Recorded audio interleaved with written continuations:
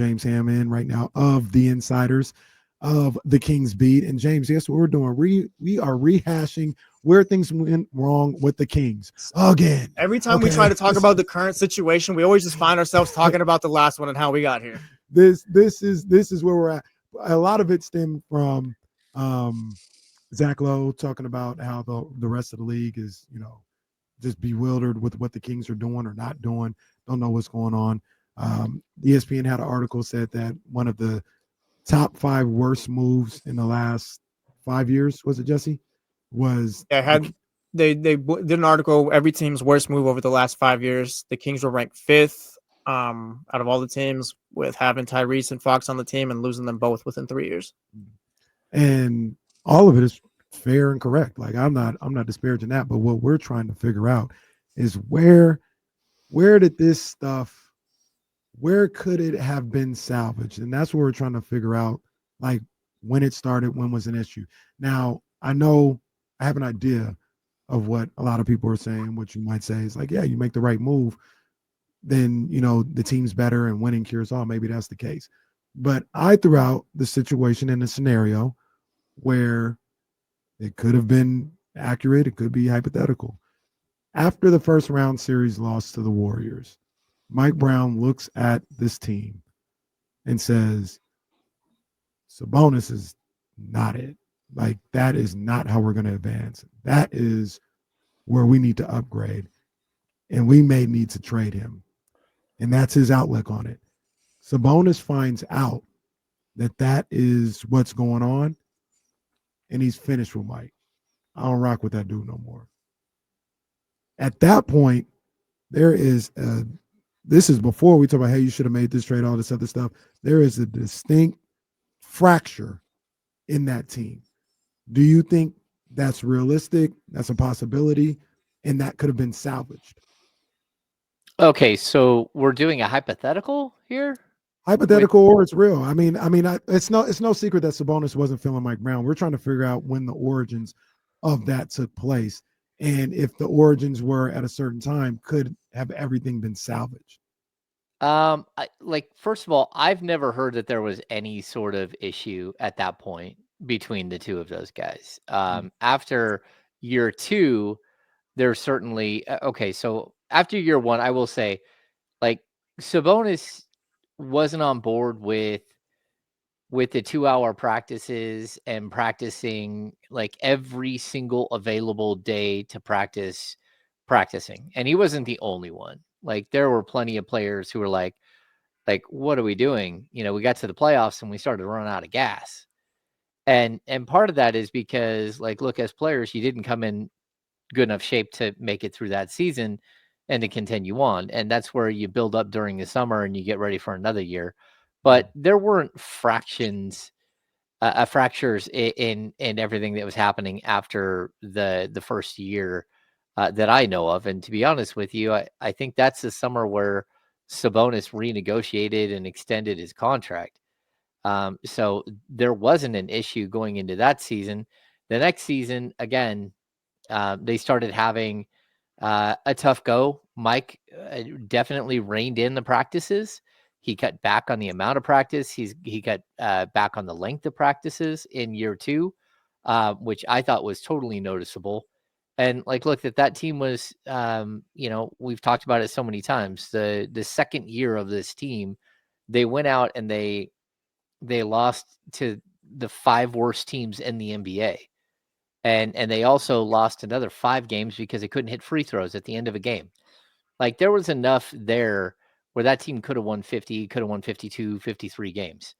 And I don't think they really took a step back as much as you just realize that rolling it back and doing the same thing again wasn't going to be good enough. You needed to go out and get the players that you should have got at the first trade deadline. You should have, when they acquired Kessler Edwards in a 2nd-round pick, and that was the only thing they did.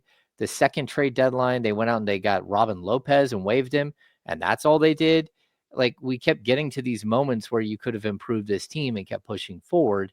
And then, if you're dealing with the same group of guys, the same exact coaching staff, the same exact voices all around, that does get tiresome And, just by not mixing it up, they probably, allowing things to get stagnant, they hurt themselves.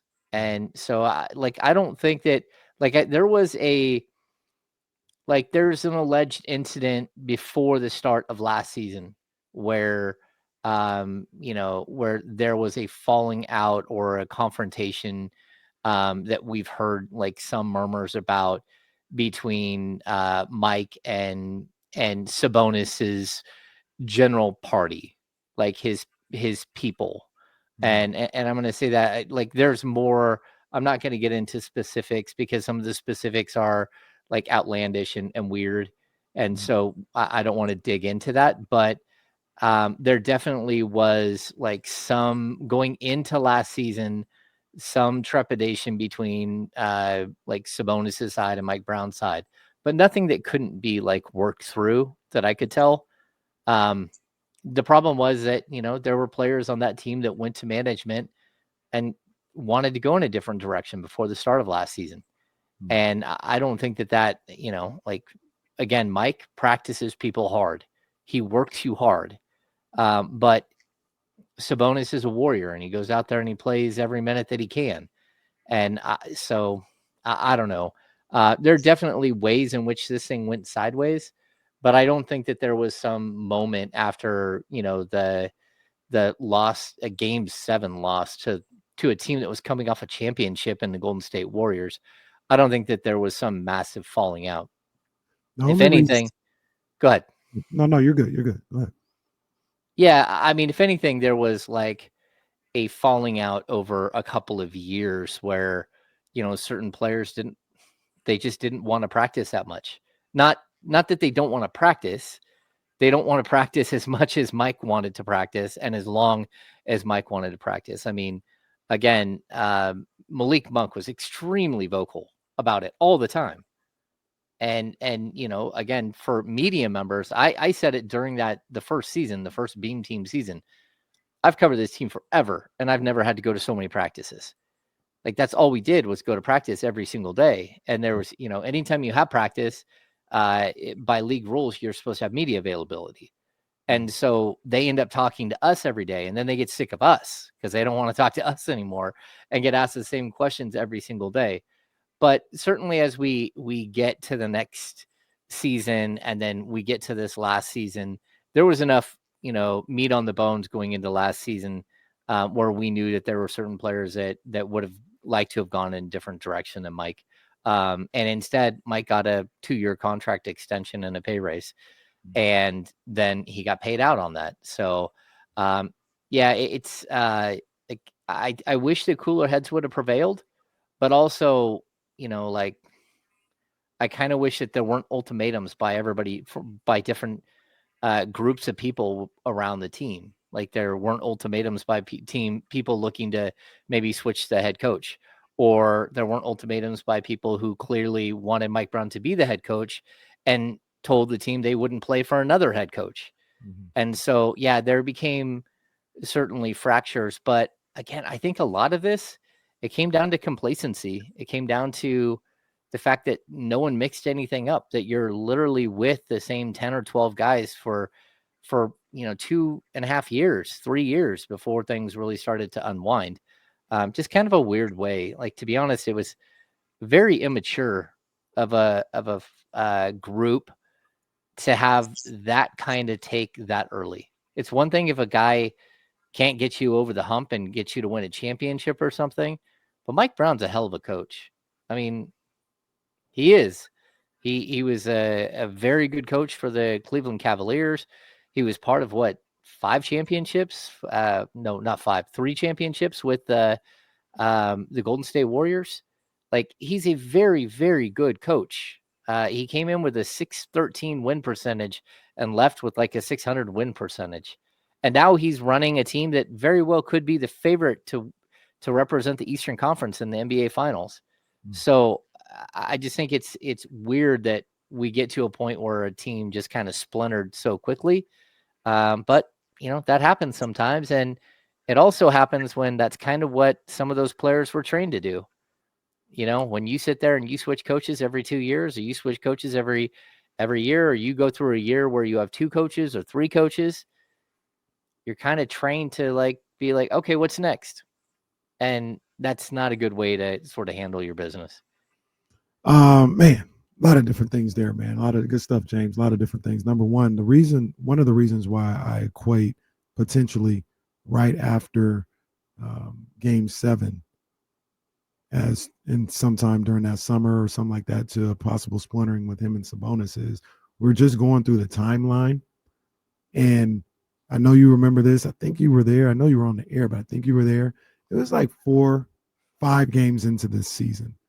They had got beat up by Houston, and Sabonis got pissed off at one of the media things. Or it came out that Sabonis was pissed off. Like, we had all this stuff that we ran last year that worked, and we're not doing none of it anymore. I don't know why we're not doing this. And he was a little grouchy and all this other stuff. I think that might have been around the same time he snapped at Jake Gayden at one of the practices. And my thought was, all right, if he's got, and then you hear things later on about him having an issue with Mike Brown. It seems a little 0 to 100-ish. Like, we're only 4 or 5 games into the season. So all of a sudden you're that upset or you're that frustrated 5 games into the season after everything was all good. Like, we're all good and we're friends. We're working together. You know, we got great camaraderie and everything. And then 5 games into the season, you're upset. You're frustrated. You're that frustrated. That's why I said it feels like maybe it was something even before that moment that had things brewing. That's the only reason why I bring up that summer. No, I'm with you. I mean, like, look, things went wrong here all over the place. That's for sure. I'll tell you this, like, watching opening night last year and what they lost in Minnesota by 2, like, Vivek was not happy at that point. Like, Vivek sat in his seat at half court while the arena emptied out and had his hands in his head in his hands, and his daughter was sitting there consoling him after game 1. And it's like, man, I get expectations, I do, but you have to also like be patient and realistic and all that stuff. Like, I think so many people wanted so much so quickly, and what they didn't do is, like the necessary tweaks. And I know we get to certain points in this story where, it gets out that, Mike Brown didn't want a player like John Collins, or that, somebody didn't want Brandon Ingram. Like we've seen those points where it's like, hey, why didn't this happen or why didn't this happen? But at the same time, Mike Brown has never been someone who would say, hey, I don't want John Collins, and if you trade for him, I'm going to quit, or I'm just not going to play him. That's not what we're talking about. We're saying there's general conversation where they said, hey, what do you think about this player? Or what do you think about that player? And as a coach who's been in the league, who has ties all around the league, who knows half of the coaches in the league, you should go to your head coach and say, hey, what do you think about this player and how do you think he'd fit? And that coach is going to have in his head, or by making 3 phone calls, like a little dossier in his head about a specific player. And it's okay for a coach to say, hey, I've done my research and that's not the type of player that I'm really hoping that we add. That's okay. Coaches do it all the time. We just don't always hear about it. And so I'm going to say 2 things. Number 1, that's not the only time that happened. And number 2, like, why are we finding that out? Why are we finding that out? And it's like people trying to put blame after the fact. It's like, look, you had Domantas Sabonis walked into that season not happy. I can guarantee you, because we went to his basketball camp during the season, during the summer, and he was so clear that they had that they had deals worked out that they just couldn't get done. And yeah, thanks. We're really glad we got the DeMar DeRozan situation taken care of, because they'd already missed out on 2 other players. And it was like, whoa, like, what is going on here? And that team wanted to improve. They wanted to take the next step. They wanted to be a championship contender. And when they clearly realized that that's not the direction that this franchise was going, whether it was De'Aaron Fox or it's Domantas Sabonis or it's other players that were in that locker room, that's when you start to see fractures, and that's when you start to see things fall apart very quickly, and sort of a disconnect between what should be an ultimate goal of everybody pulling the right way and trying to get to the championship or trying to get to Western Conference Finals or trying to better yourself in the playoffs, to like, hey, like, this is just a mess. And like, I don't think I want to be a part of this anymore. And, Wheezy brings up here in the chat, Kings almost making a deal. You know how much pressure that puts on players when your name is mentioned on day one that you're going to get traded at any time, and then you don't get traded, and then you don't get traded for another season, and then all of a sudden you do get traded. And like, it's just like, there's so much pressure that goes on, and like the instability, the stress that these guys are under. Like, to be honest with you, they didn't deal with it well. Yeah, I look at the situation, and I don't know if we'll agree on this one at all, but the factions and the ultimatums that were given from multiple different camps, the opinions, the ego to a certain degree from multiple different camps. And I know what a lot of people like to believe, and I'm not trying to go against the reporting, or because people, maybe know more than what I do in these situations. But the thought process that Vivek is too involved and needs to let the basketball people do basketball things. I think in this situation, he was too lax. I think this situation, talking about from I don't know a time period, but let's just say the middle of Beam Team 2 year, the second year, there needed to be somebody in there to show some leadership and calm everything down.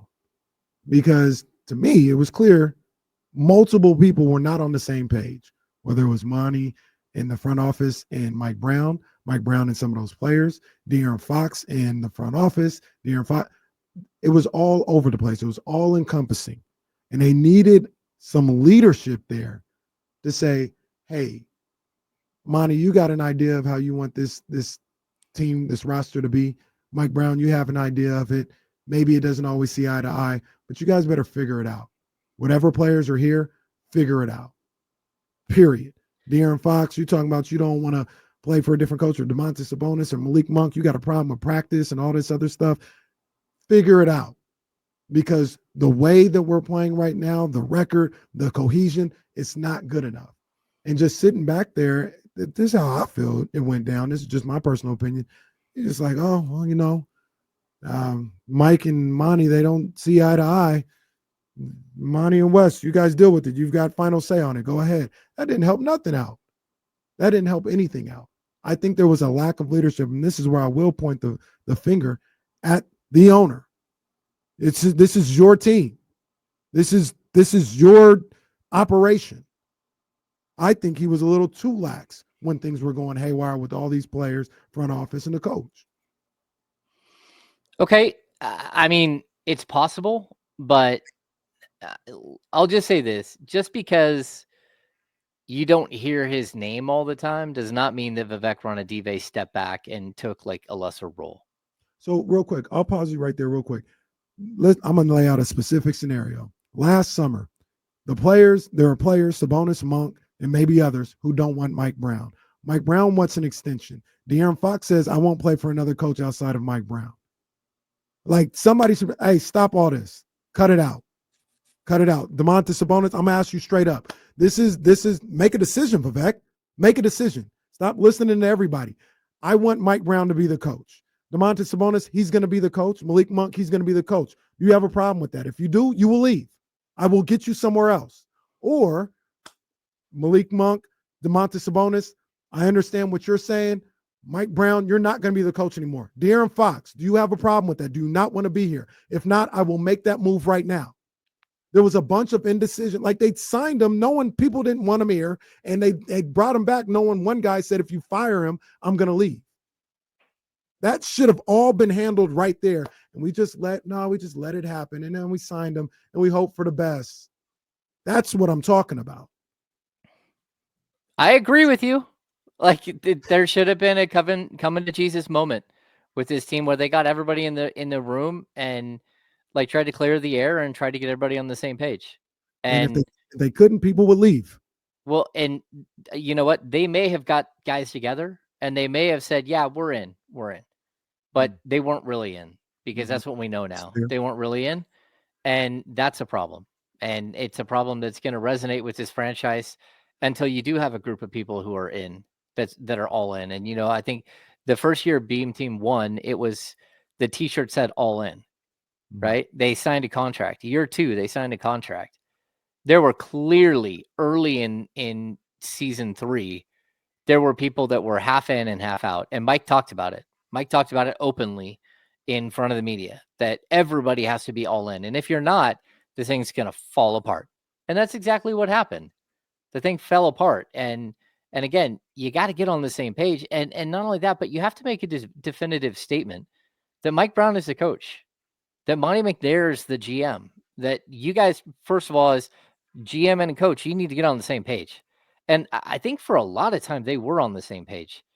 But again, it's the inactivity. It's the coach asking for like not even names, not even putting names on it, just saying, you got to get me someone 6'8". You got to get me someone 6'9" that can play defense. And then, coming back with like guys like KZ Paula, like the generation before, Mo Harkless. Like, go get me the better version of that. And it's really difficult, but here we are like years later, and they're still asking the same questions. Isaac Jones is the only other real player 6'8", 6'9" on this team outside of Keegan Murray. I don't know what Dario Saric has left in the tank. I mean, he played 16 games last year. I don't know what he's got left in the tank, and I'm not talking about centers. And even for that matter, Dario Saric at this point in his career is probably a center anyways.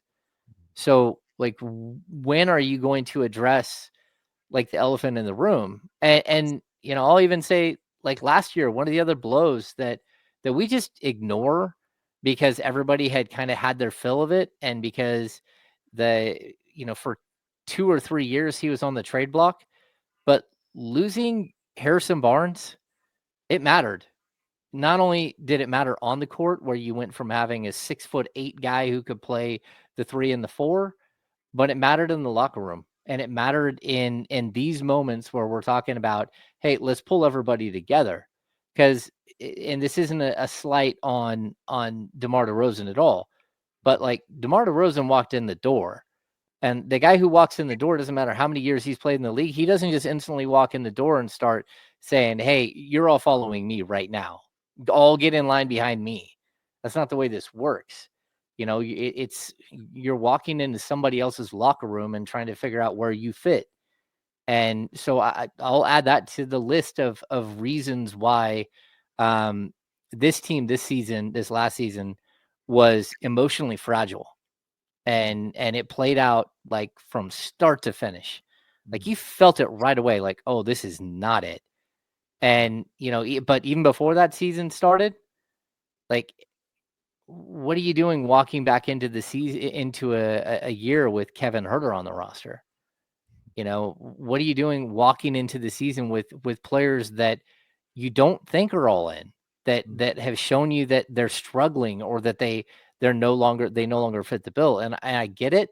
Like, you might not be able to trade those players, and it's difficult to move on from some of those guys. But at the same time, like, man, you just let this thing, we talk about like low hanging fruit, right? Like low hanging fruit, you know what it turns into? It turns into fruit that's rotting on the ground. Oh, like And that's what it felt like. It literally felt like just fruit, like rotting on the ground everywhere. Yeah. And it's like, man, this is it sucks. But like the inactivity of this group and their inability to move, to take the step from a good team to a really good team to a great team that's competing for a championship. Those little windows were there, and they flat out missed them. They were there. And Pascal Siakam just went to the Eastern Conference Finals 2 years in a row, and that window was there to acquire him. and to go out and make that move. The OG Anunoby move was sitting there. The Cam Johnson move was sitting there. And at some point, you can't just hold on to your draft picks or whatever it is you're holding on to, hoping that, it's going to turn into something great, because in the end, it turned into dust. And it's really tough, but, way too many mistakes were made here. Not just one or two, or it's not just, some splintering that happened. Like, the way that you sometimes impact the splintering is to mix up the roster, is to come back with something different that gives you an opportunity to be better. And I think the one thing I saw from this group was year one and year two, they wanted it so bad to be good, and they never got the support from the outside to take that next step. And we can say, well, you got to be better at this, or you got to improve and all that stuff. There's only so much each of these individual players can do to impact winning. And then you get to a point where it's like, hey, we got to get over the hump. I mean, look at what the Boston Celtics did. They kept losing, right? They couldn't get over the hump. So instead of just going, hey, we're going to go out there with the same exact group and try to get over the hump, they went out and they got Porzingis. They went out and they got Drew Holiday, and they won a championship. And that's where, like, you just can't think that running it back again and again is going to be something that's impactful. And like, now Scott Perry, like, he doesn't have much of an option but to run most of this back. I think, like, it's unfortunate, but like, if you got players that other teams won't trade for, and their contracts they won't trade for, you're kind of stuck. And that's why we keep hearing the idea of 2027, because in the end, that might be their only option, is let some of these contracts expire and to move on in a way that feels a little more uncomfortable. James, you said a lot of really great stuff right there, but you said one thing in particular that I want to ask you about, I want to talk to you about. It may be uncomfortable for some Kings fans to hear. It may not be what some Kings fans want to hear. But you said something to me, and I said this. I'll put it to you like this. This thing never had a chance. It never had a chance. I'll tell you what that is. We'll come back with James Ham here on D-Lo and KC on ESPN 1320.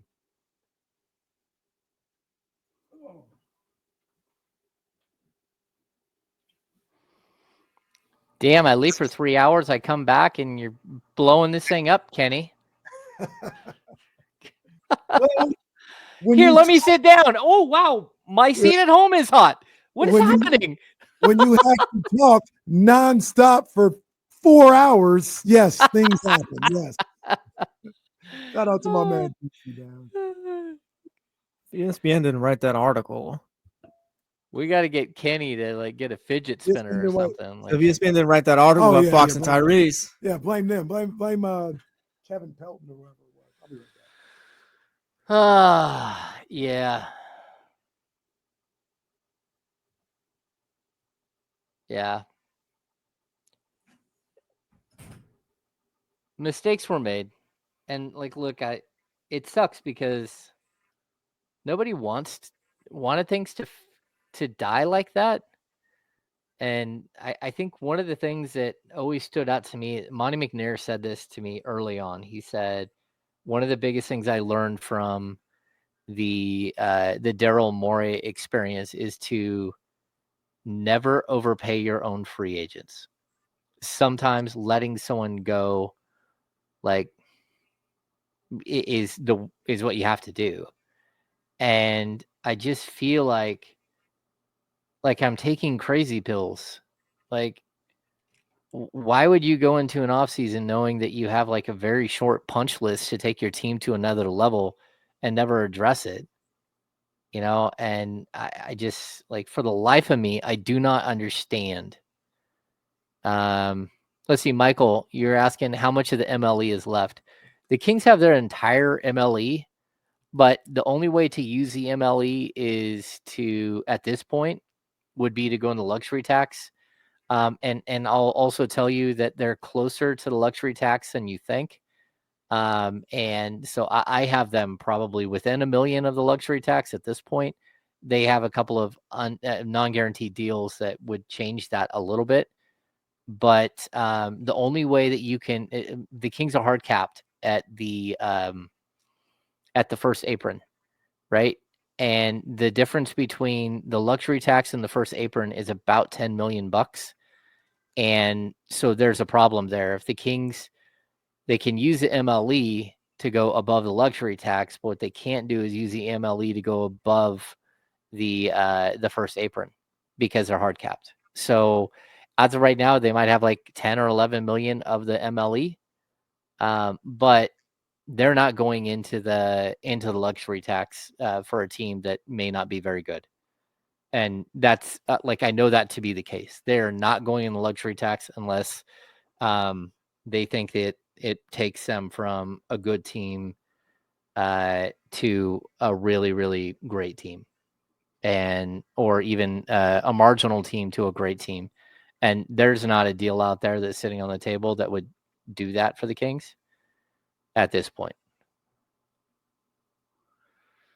Tyler, there might be there's not really enough left for Westbrook, although again they can buy out Saric, they can waive Terrence Davis. There are things that they can do to get low enough to sign Westbrook, but where would Russell Westbrook play if you went out and signed him right now? I mean, like I know people are like fighting me on the fact that Malik Monk is a point guard or whatever. But Malik Monk is your primary ball handler off the bench. We all know that to be the case. So, like, there is no space to sign a third, like, heavy usage expectation type point guard like Westbrook.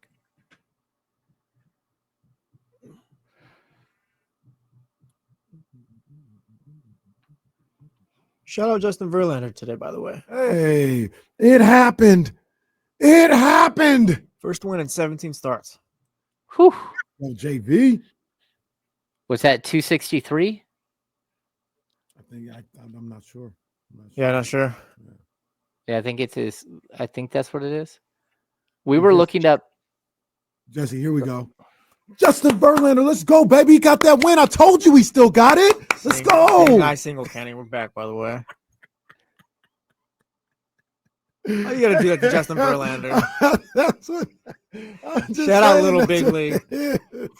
Justin Verlander, let's go, boy. I knew you had it in you. See, I told you, Jesse. You were down and I told you he still got it. He's good. Let's go.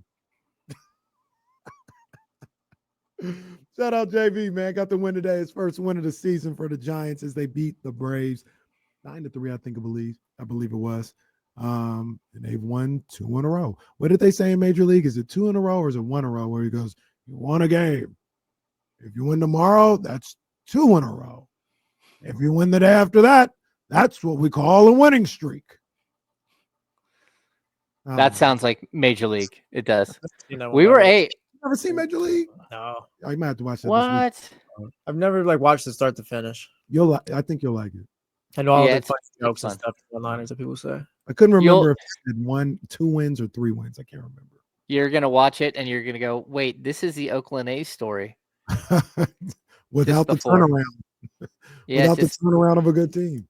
Yeah. Good job by you guys today talking to Lawrence Butler. That was a good interview. Lawrence seemed like a good dude, man. So that was dope. That was dope. He does. He really seems like a good dude. And to be honest with you, every player that we've had on has been really like smart, like good teammate, good conversation. Like it's been nonstop. But like anytime we've had Rooker, we've had Sears, we've had Soderstrom, we've had Jacob Wilson. Like we've had this is our 5th or 6th A's interview. They've all been great. And, being a young player on that team right now has to be wild because you're watching all of a sudden they have 2 guys that are competing for the AL Rookie of the Year in Jacob Wilson. And now Nick Kurtz is what Kurtz has done is crazy, man. We looked up the stats earlier. He had 1 home run in his first 23 games and he's only played in 63 games. So he has 18 home runs in his last 40 games, and he's got something like 43 RBI in his last 40 games. That is cooking. Yeah. I mean, he flipped the ball over the fence in left field. He just went oppo with the ball.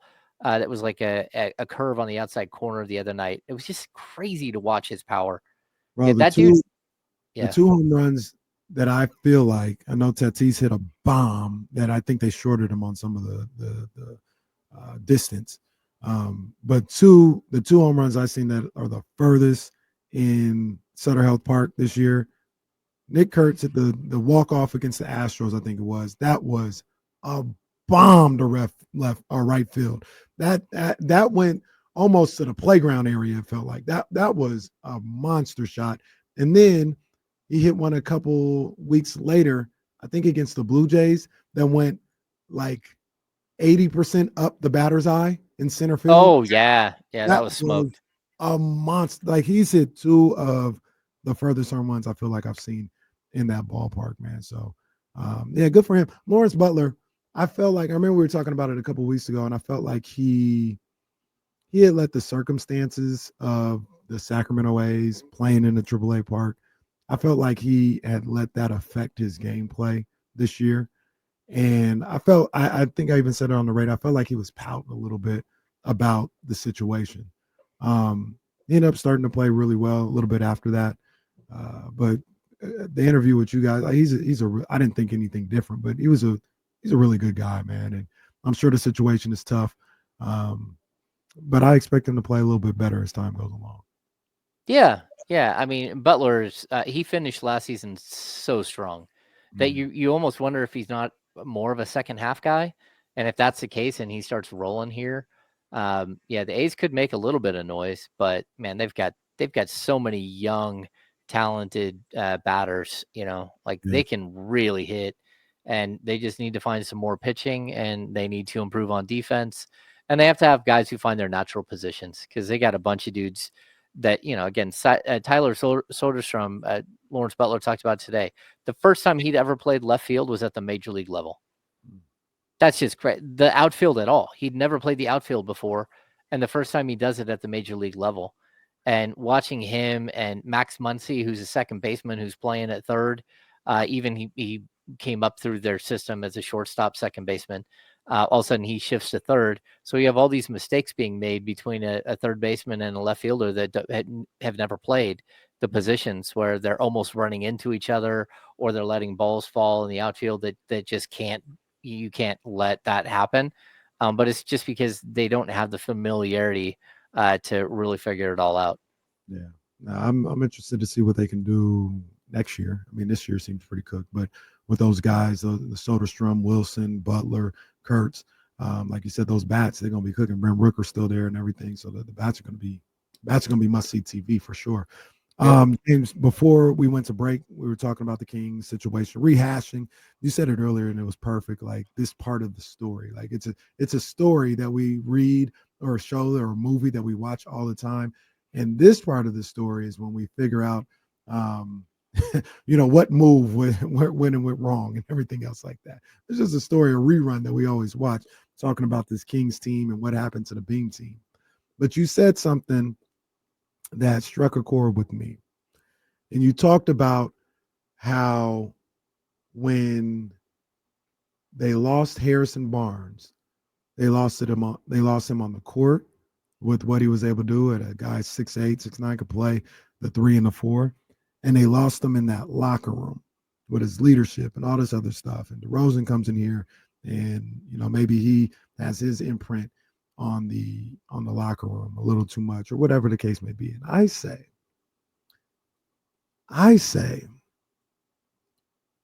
if the culture and the identity of your team in that locker room gets to the point where it's an emotionally fragile situation, like you had said earlier, then you never had the people to begin with. Like, if Sabonis or De'Aaron Fox isn't able to stabilize that locker room and to stabilize this franchise from being emotionally unstable, there is no Pascal Siakam or OG Anunoby that's going to get it done, because they're not franchise players. What that tells me is you need a franchise guy, a franchise pillar. And Sabonis and Fox were never that, because of the slight hint of adversity or things not going their way, they're not going to hold this thing together. That's what it says to me. Tell me if maybe I'm reading too much into it or misinterpreting what you're saying. But I think there's a real possibility that as much as people love the B team, love Sabonis, Fox, oh, we had these guys and we had something going, these guys weren't built to be pillars of a franchise. It doesn't mean they're not good players or can't be vital to a team's success, but you're always going to need better players around them, or a better player at least. Okay, so here would be my response. Like, first of all, like, a locker room is a delicate balance of a lot of things, right? But like, who's the dynasty that we've been dealing with for the last decade and a half? The Warriors. The Warriors. And what happened when Draymond Green decided to punch Jordan Poole in the face? It went bad. They get to the second round of the playoffs, but it went bad. The entire thing crumbled, right? Mm-hmm. Like, that season crumbled. Well, that season they didn't have, and they still had Steph there, right? Clay still there, Draymond still there.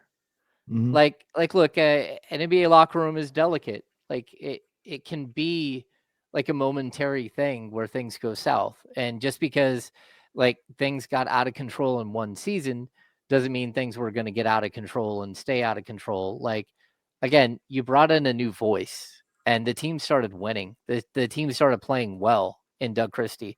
Sometimes that's what it is. You need a new voice. You need something that changes the temperature and changes everything, right? And I think Doug has been that voice, and you hope that that carries over, right? Because it's one thing to be a leader of men. It's another thing to carry the job for 82 games for 4 or 5 years or 3 years or 8 years or 10 years. Like that, sometimes that idea of the fresh voice, but also that connector voice, sometimes it runs out of gas, and you got to deal with that when it comes. But like, look, I think that they, in my opinion, they just panicked midway through the season. And I don't know if that's because Monty and Wes saw the writing on the wall and figured, oh, if we don't make changes, we're going to lose this thing. But they went out and they made mistakes, and they made egregious mistakes. And it started in the offseason before they even got to the regular season, when they let like one deal after another slip through their fingers. Then they made what looks more and more like a panic move to sign and trade for DeMar DeRozan. And then on top of that, then they made a series of like small blunders that really hurt them. Like, I've mentioned this so many times, but how much different does that team look if they've got 3 second-round picks early in the season and can go out and try to get a Jonas Valanciunas or Jake LaRavia in December versus in February? And that it's just a totally different look. It's a different team. What does that team look like if they have Cam Johnson instead of DeMar DeRozan? And like, I've said this too many times, but it's death by 1,000 paper cuts. Like, they just hurt themselves. And not only that, but the final move to move on from De'Aaron Fox and to take back Zach LaVine is a move that cripples a franchise. And it's why we keep hearing about 2027. Like, this is like a ship with the mast snapped in half. And you got to figure out how to get to, your next port. And that next port is 2027, unless somehow somebody figures out a way to put the thing back together at mid-flight. And so they just really, really hurt themselves by a series of moves that looked, like haphazard and like knee jerk. And so you're hoping that again, Scott Perry, he's got a tall task, man. This isn't easy. And I think everyone's excited about guys like Nick Clifford. Everyone's excited. Uh-oh. Is this a ham freeze? This is a ham freeze. This is a ham freeze, ladies and gentlemen. 3:46 on the dot. We have a ham freeze. I feel like this might be my first solo ham freeze. Wow. Wow, this is a moment right here. Shout out to I'm me. back. He's back. There he is. He's back. He's back. It was my first solo ham freeze at 346. Yeah, my bad. Yeah, I think everyone's so excited about some of the young players and all that's going on right now, and that's fine. But they have to remember that those young players aren't players that can come in and change the entire direction of a franchise on day one. And like almost every move that we've seen this offseason is a player, is an acquisition that doesn't block maybe a younger player from playing. And it adds depth. We've seen the depth, the Drew Eubanks acquisition, Dario Saric, Doug McDermott. Like, these are acquisitions, even a Dennis Schroeder. They don't block what could be next. And that's kind of the way that Scott Perry has to, rebuild this thing over the next year or two. So here's what I'll say, James. We'll rewind a little bit back here to your original point of, and what I talked about at least, about not having the right leaderships, right? Not having the right pillars, the franchise players. We talked about that year where Draymond Green punches Jordan Poole in the face, and how you said how things fell apart. That was the same year their leader, their pillar, found a way to stay out of the play-in. He found a way. And that's what I'm talking about. I'm not saying everything going good and you're a great leader then. What do you do when things are disastrous?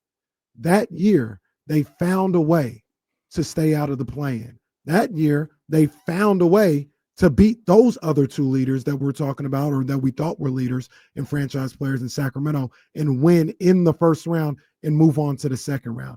That year, there was adversity in that series. They were down 2-0 to that Kings team. They won 4 of the next 5 to win that series. That's because when things get rocky, when Draymond gets suspended, when Draymond punches somebody, when they're down 2-0, they have somebody that will not let the team emotionally fall apart and emotionally be fragile. And that's my point. In their worst moment, they had the leader. And I understand he's just a better player overall, but they had the leadership to not let them completely fall apart the way we've seen the last 2 years with the Sacramento Kings, with Sabonis and Fox supposing to be those guys. No, I get that. Steph is incredible, right? But that team also won the championship the year before and got bounced in the second round of the playoffs and barely made the playoffs, and had to fight. They had to fight tooth and nail to become the 6th seed in the last week and a half of the season. Yeah, and the Kings had to fight tooth and nail a couple years ago to avoid the play-in or get into the playoffs, and they couldn't do it because the second something goes wrong, they don't have the leadership to navigate through that. And I'm also talking about net leadership. This is what I talked about earlier, from top to bottom. They don't have leadership at the top. That when things get fragile, when things get a little dicey, somebody to come in here and make sure everybody stays on focus on the task at hand. And I don't think they have it at the top. I don't think they have it in the locker room. I don't think they had it in the locker room, because when everything was perfect in 2022, 23, it was good. That's not real leadership to me. Real leadership to me is when things are getting tough, when things are getting a little dicey. How do you handle it? Now, all of a sudden, when things are getting a little dicey, we want to blame the coach for having extra practices. Now, when things are getting a little dicey, we're going to talk about, well, I don't want to play for nobody but this coach because, well, we don't have this. Now, when things are a little dicey, we're going on podcasts and we're talking about, well, we just don't have enough. They never had the true leadership that we're talking about. Oh, I don't like, I mean, you're probably right. Like, I mean, in all honesty, you have a bunch of quiet guys in that locker room. You always have. And even now, like, who's going to be the leader this year? Like, I don't know who that is. I mean, again, like, don't take this as a shot, but I mean, your main acquisition is a guy who just played for 5 teams in the last 2 years. He's on his 6th team and to start the 3rd year. Like, again, you're not expecting Dennis Schroeder to walk in the door and take control of the team.